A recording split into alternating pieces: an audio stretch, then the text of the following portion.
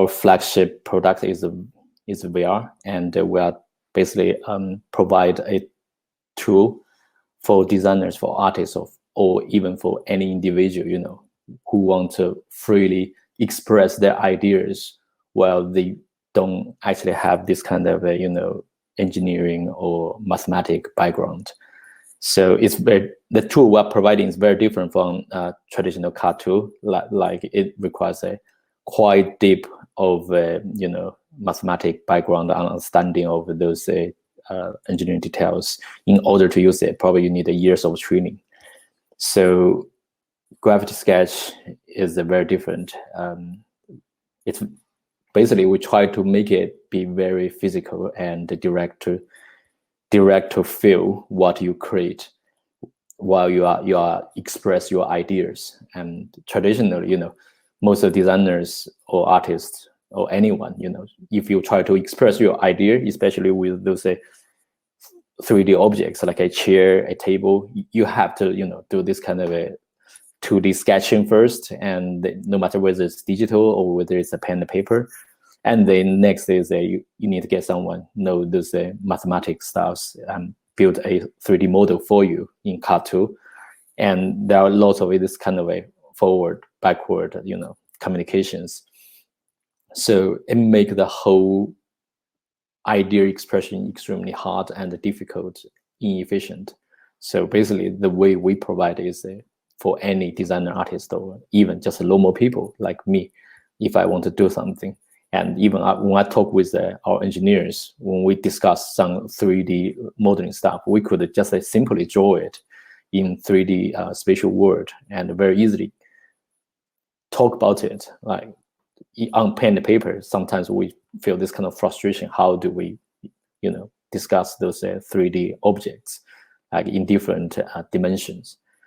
So yeah, that's pretty much what we did for our first feature.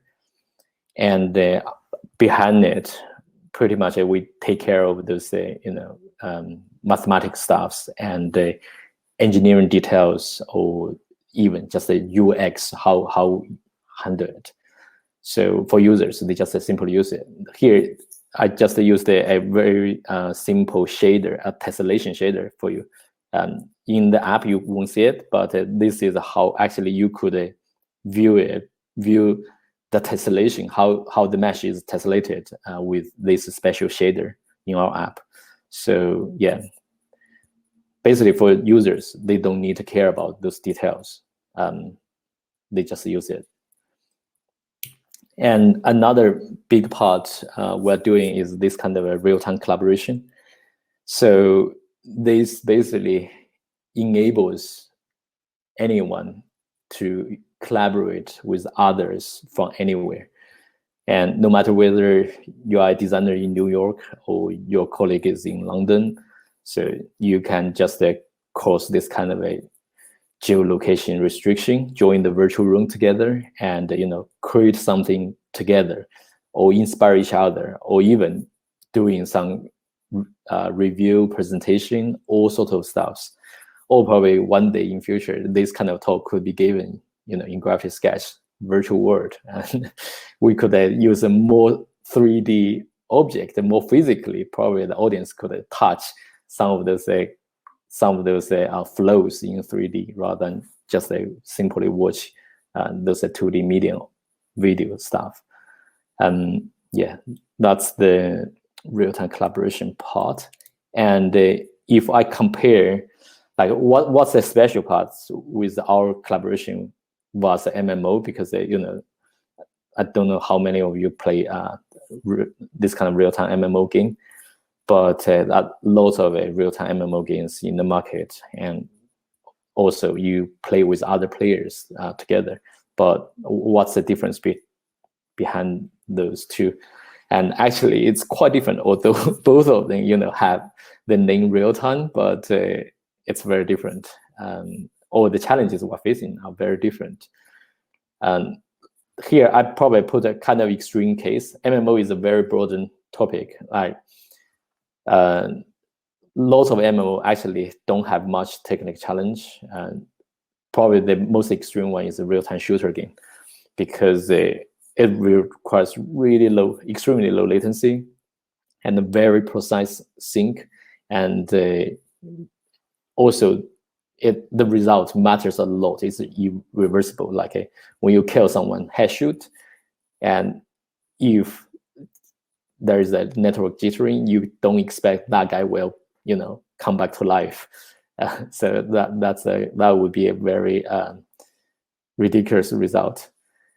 So, but the challenges we are facing are quite different, because the fundamental difference is content.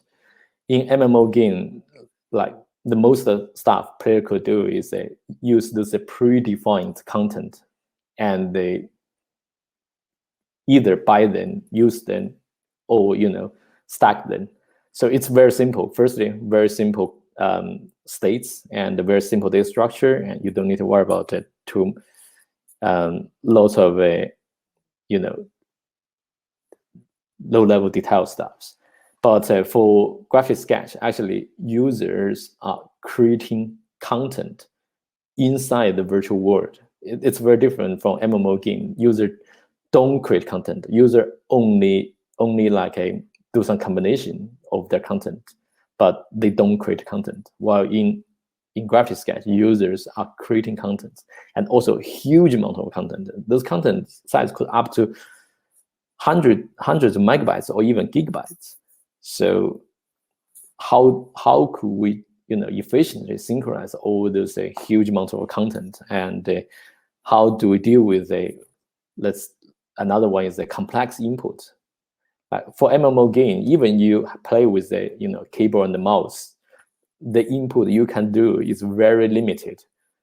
While inside VR, the input is unlimited, because not only just those buttons on the controllers, but also the rotation of the controller, position of the controller, and also lots of gestures generated by the controller could be part of your input.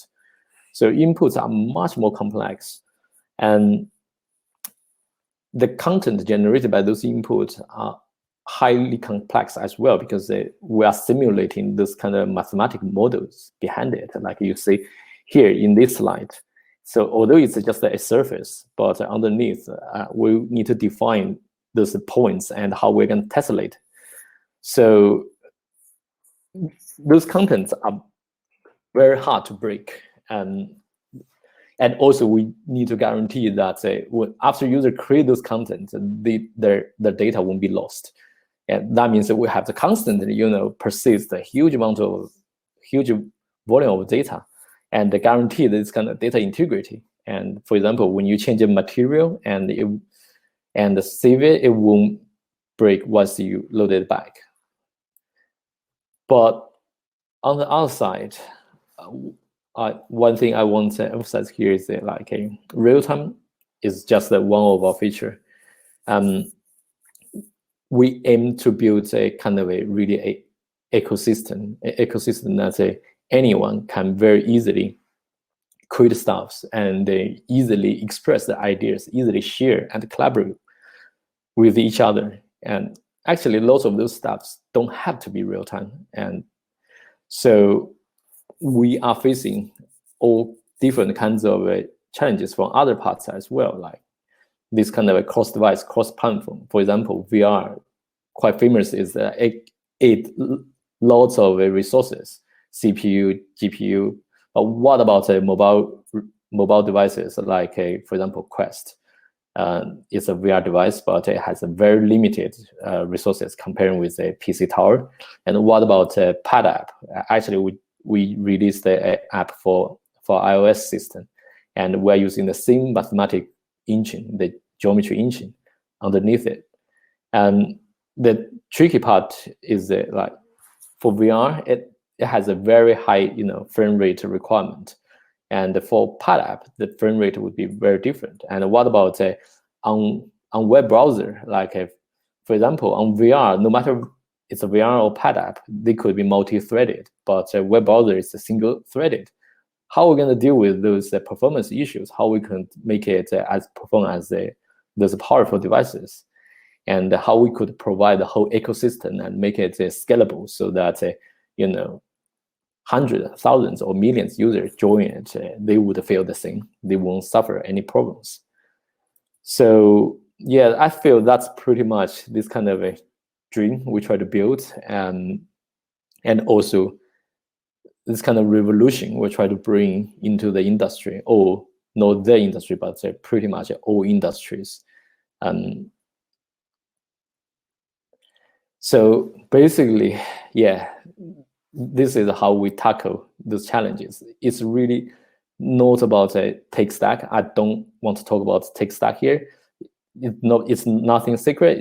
It's not about for us. It's really not about the technologies. It's all about our products, our vision, and the dream. Like, it really doesn't matter what kind of technologies we're using. The most important thing is that we use technology. We will adopt technologies for the products we try to build, or for the pain points, the problem domains we try to address. We don't adopt a technology just for the sake of the technology. It's the same for the methodology as well. So that's why the value, the engineering culture and value parts are very important. So for anyone here, basically we empower everyone and encourage this kind of ownership. Without ownership, it's hard to adopt any new technology or drive the product, drive the problem domain. So ownership is the number one thing we care about. And anyone here, from engineer to designer, they have a full ownership of the product, not only just the problem, the technical domain, but also the business domain as well. And they constantly ask why, not only for the technique we're using, but also for the product we're building. And that will give us enough, enough thinking on the user's empathy part, and also on our solution part, whether this is the right solution or a resourceful solution at this stage to address specific problem domain. And also go deep, because we are not just the devs, we are engineers who want to understand how it works, why it works in that way, and why we use it. And also, we don't have a hierarchy. No matter, like, it's a Daniel, our CTO, or myself, we very hands-on. We work with every engineer together, side by side. Basically, it's like just like in the battlefield, we doing the battle together. So that's how we tackle all those challenges. The matter is about the talents we have and the values we value. It's really not about the technologies we're using.